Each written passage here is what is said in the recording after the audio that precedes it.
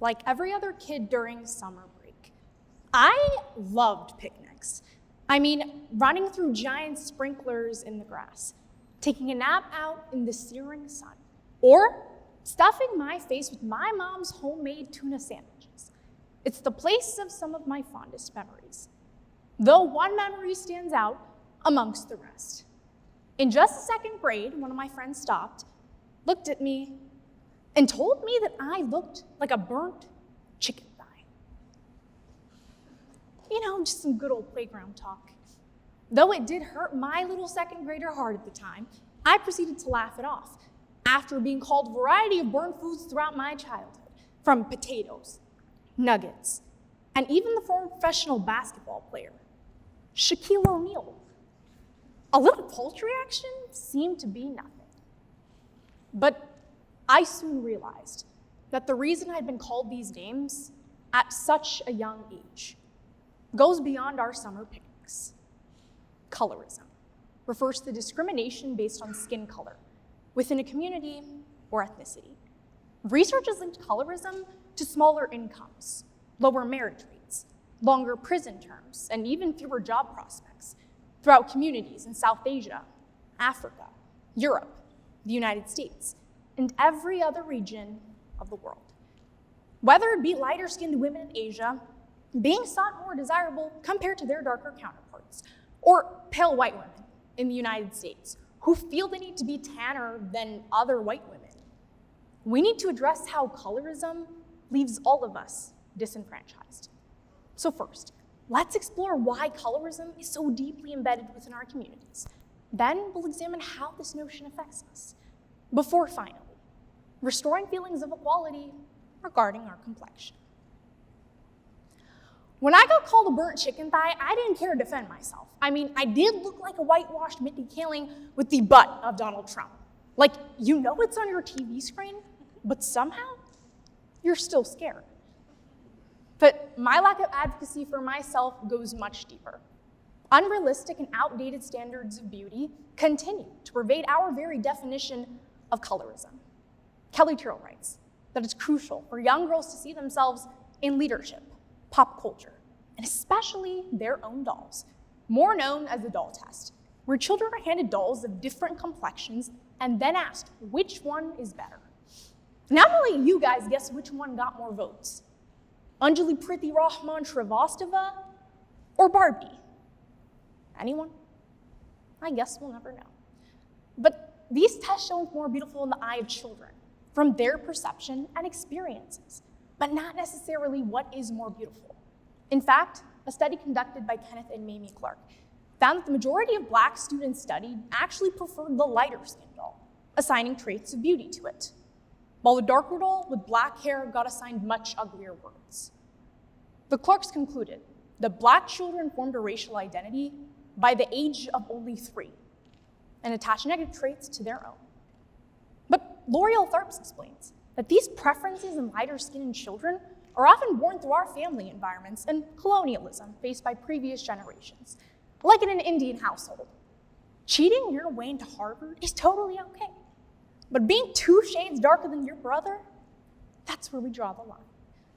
But there's also a tendency in colorism of not only wanting to be lighter, but also darker. Carrie Paul of Market Watch found that 1 in 5 white women have a tanning salon obsession. Now, I too have wondered how issues like this can spread to even our white counterparts. But these beauty expectations and trends do not discriminate to anyone, and are honestly sad to hear about. And I know we all like to think of ourselves as perfect and never on fault. But even people of color fail when looking at others and judging whether their skin color fits our standards, either too light or too dark. The evolving chain of beauty standards continue to pursue the impossible. Ultimately, our complexion is never enough. After getting compared to a poultry thigh or daddy shack, I proceeded to sit in the shade, away from everyone.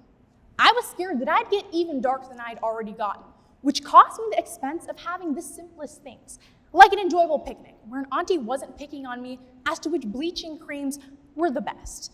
Like, Auntie, I am so sorry to break it to you, but your pink powder and lipstick is not convincing anyone here that you're half white. But looking back, I now realize that those odd experiences were just a small piece of our colorist world. We continuously exalt these attitudes in our communities, and it's costing us, literally. A study conducted by Vanderbilt University on immigrants found that being lighter actually gets you a higher income. And we're not talking about people of different races, but within the same exact communities and ethnicities. But these numbers don't represent the more emotional toll put onto us. An article published by The Guardian found that the correlation between the color of your skin and marriage is much closer than we think. It found that both men and women of extreme shades on a shade spectrum were actually more susceptible to not getting married. You know, I think it's so interesting how we put skin color on the same spectrum we would a political survey. Like, oh, tan, agree, pale, neutral but dark, neither agree or disagree. But this survey tactic is even affecting how and who learns better in school.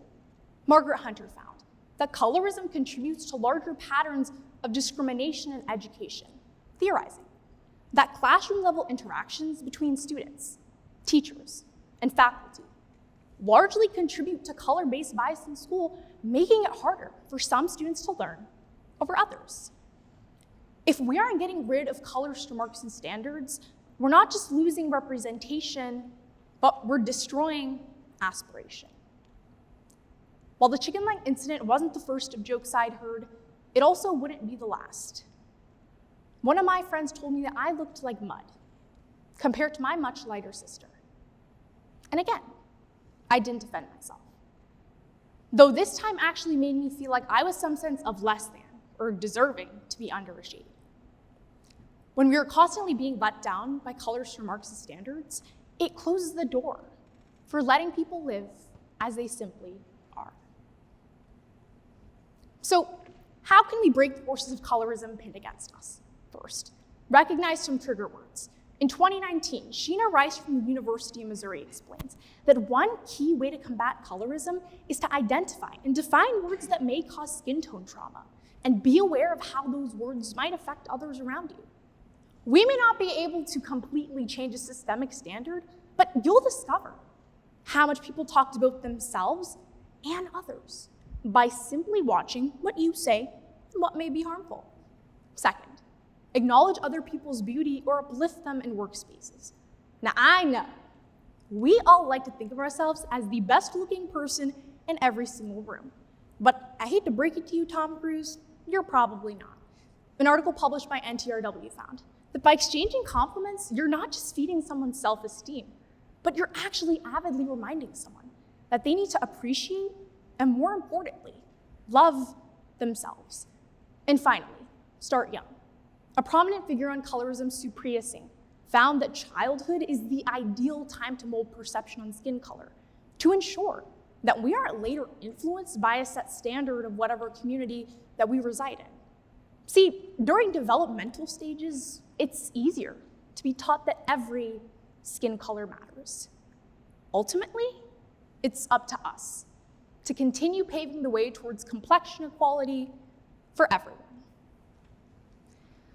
To this day, family picnics continue to hold some of my fondest memories. I mean, family, frisbees, and falafels. How could I resist myself?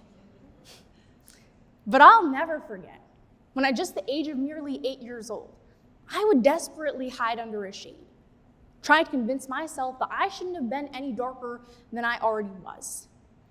Skin color bias exists in every community, whether we see it or not. I may still have a lot to work on, but I think a day under the sun sounds nice.